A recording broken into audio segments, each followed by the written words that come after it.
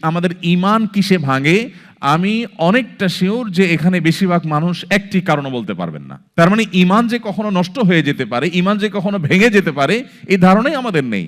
বরং আমাদের দেশে বিভিন্ন নেতৃস্থানীয় ব্যক্তিবর্গ বিভিন্ন সময় এমনভাবে কথা বলেন যেন ঈমান হলো লোহার চাইতেও শক্তিশালী কোনো পদার্থ। কোনো আঘাতে, এমনকি শিরকের আয়োজনের সাথে মিশে একাকার হয়ে গেলেও নাকি তাদের ঈমানের কোনো ক্ষতি হয় না। যার কারণে ঈমান নবায়ন করার গুরুত্বটা আমরা বুঝি না।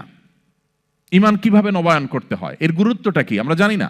নবী করিম সাল্লাল্লাহু আলাইহি সাল্লাম সেই সময় যখন এই চ্যালেঞ্জগুলো ছিল না, তখন বলেছেন, জাদ্দিদু ঈমানাকুম, তোমাদের ঈমানকে তোমরা নবায়ন করো, ঈমানকে রিনিউ করো। কিলা কাইফা নুজাদ্দিদু ঈমানানা ইয়া রাসূলুল্লাহ, হে আল্লাহর রাসূল, আমরা কিভাবে আমাদের ঈমানকে নবায়ন করতে পারি?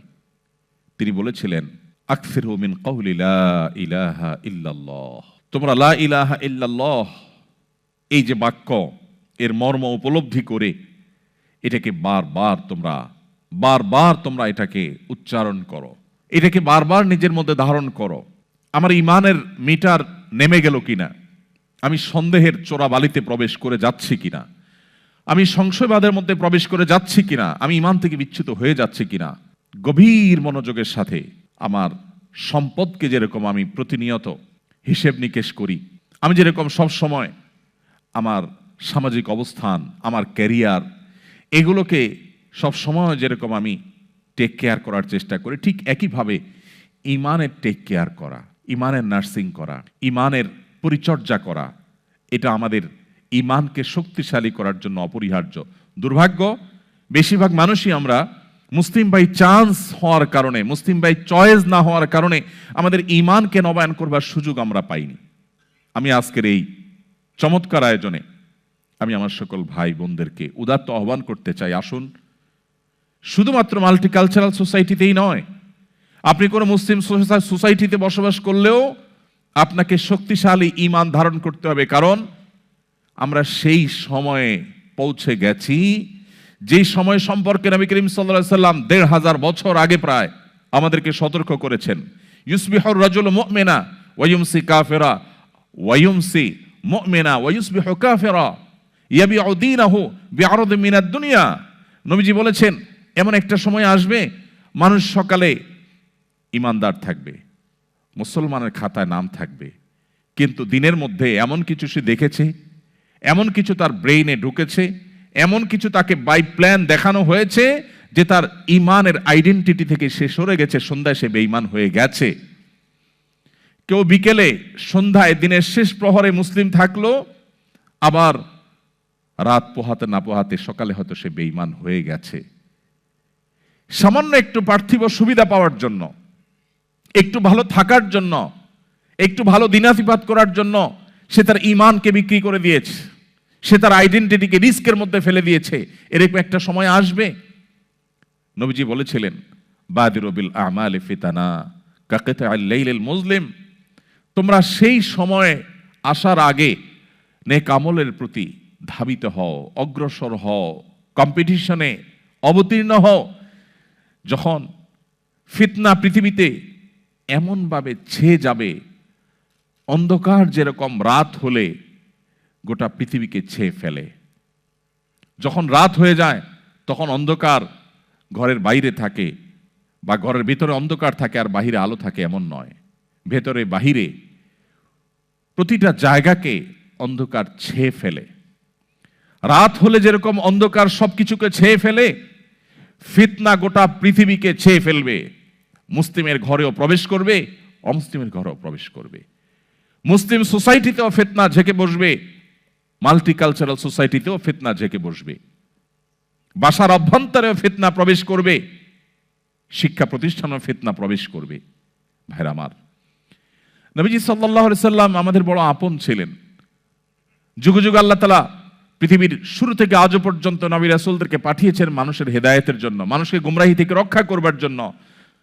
আমাদের নবীজি বলেছেন, কোন আগুন জ্বালাবার পর পতঙ্গ বা পোকা এসে যেরকম আগুন উপরে ঝাঁপ দিয়ে পড়ে এবং আত্মাহুতি দেয়, তোমরা সেরকম জাহান্নামে প্রবেশ করবার জন্য দলে দলে ছুটে বেড়াও, কখনো অর্থ উপার্জনের নামে, কখনো হায়ার এডুকেশনের নামে, কখনো তোমার সামাজিক অবস্থানের নামে, কখনো তোমার ক্যারিয়ারকে ডেভেলপ করবার নামে।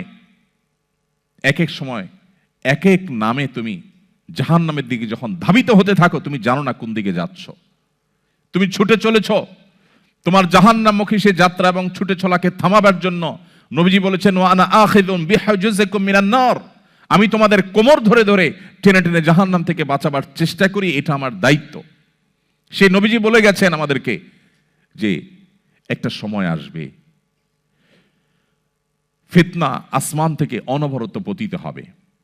কাওয়াকাইল মাতর, বৃষ্টির ফোঁটা যেরকম অনবরত টপ টপ করে পড়তে থাকে, ফিতনা এরকম করে পড়তে থাকবে। ভাইরা আমার, আমরা সম্ভবত সেই সময়টা এখন পার করছি। চতুর্দিকে ফিতনার যে ভয়াবহ অন্ধকার, যে ফিতনা আমরা হারিয়ে যাচ্ছি, যে ফিতনায় আমাদের অস্তিত্ব বিলীন হওয়া উপক্রম, ঠিক এরকম সময়ে যদি আমরা ঈমানের উপর অটল থাকতে পারি, তার বৈশিষ্ট্যটা কি, তার লাভটা কি? সুবহানাল্লাহ। তিরমিজি বর্ণিত আরেকটি হাদিসে নবী করিম সাল্লাল্লাহু আলাইহি ওয়াসাল্লাম বলেছেন, এমন একটা সময় আসবে যখন ঈমানের উপরে অটল থাকাটা জ্বলন্ত জ্বলন্ত কয়লা, আগুনের কয়লা হাতে রাখার চাইতে কঠিন হবে বা হাতে রাখার মতো হবে। নবীজি বলেছেন, সেই সময় সবর করাটা, ঈমানের উপরে টিকে থাকাটা, সমাজের সবাই একটা স্রোতে দৌড়ায়, তার বিপরীতে দৌড়ানো সহজ বিষয় নয়। কিন্তু এই কাজটা যারা করতে পারবে, নবীজি বলেছেন তাদের কাজটা কষ্টসাধ্য এতটাই যে জ্বলন্ত আগুনের কয়লা হাতে রাখার চাইতে বা রাখার মতো কষ্টের, কিন্তু এর বিনিময়টা আবার সেরকম ঈর্ষণীয়। তিনি বলেছেন 50 জন মানুষ আমল করে যে পরিমাণ সওয়াব পাবে, ওই সময় এই রকম প্রতিকূল পরিবেশে যিনি নিজের ঈমানকে, নিজের আইডেন্টিটিকে, নিজের আমলকে, নিজের মুসলমানিত্বকে যে ব্যক্তি বুলন্দ করে রাখবে, উঁচু করে রাখবে, ধরে রাখতে পারবে, আল্লাহ তাআলা তাকে 50 জন মানুষের আমলের সমপরিমাণ সওয়াব তাকে দান করবেন। তিনি নামাজ পড়বেন 1 রাকাত, সওয়াব পাবেন 50 রাকাতের। তিনি রোজা রাখবেন একটা, সওয়াব পাবেন 50টার। তিনি হজ করবেন একটা, সওয়াব পাবেন 50টার। সাহাবীরা অবাক হয়ে গেলেন নবীজির এই কথা শুনে। তখন তো সেরকম কোনো পরিবেশ ছিল না, ঈমানের জন্য অনুকূল পরিবেশ ছিল মদিনাতে। নবী করিম সাল্লাল্লাহু আলাইহি ওয়াসাল্লামের এই কথা শুনে তারা জিজ্ঞাসা করলেন, হে আল্লাহর রাসূল, আপনি যে বলছেন তখনকার মানুষেরা প্রতিকূল পরিবেশে ঈমানের উপরে টিকে থাকতে পারলে একজনে 50 জনের সওয়াব পাবে, সেই 50 জন কি আমাদের 50 জন নাকি তাদের সময়ের 50 জন? নবীজি তখন বলেছেন, আরে না, তাদের সময়ের না, তোমাদের মতো 50 জনের সওয়াব তারা পাবে। আল্লাহু আকবার। সাহাবায়ে কেরামের যে মর্যাদা, সেটা নতুন করে বলার অপেক্ষা রাখে না। কিন্তু প্রতিকূল পরিবেশে নিজের ঈমানকে, মুসলিম আইডেন্টিটিকে যদি কেউ উঁচু করে সেটাকে নিরাপদ রাখতে পারে, তার আঁচলকে বাঁচাবার জন্য সে যদি সংগ্রাম করে টিকে থাকতে পারে, জ্বলন্ত কয়লা হাতে রাখার মতো এই কঠিন কাজটি যদি সে করতে পারে, নবীজি সাল্লাল্লাহু আলাইহি সাল্লামের হাদিসের এই ভবিষ্যৎবাণীর আলোকে এই সুসংবাদ সে পাবে। আল্লাহ তাআলা আমাদের সবাইকে শক্তিশালী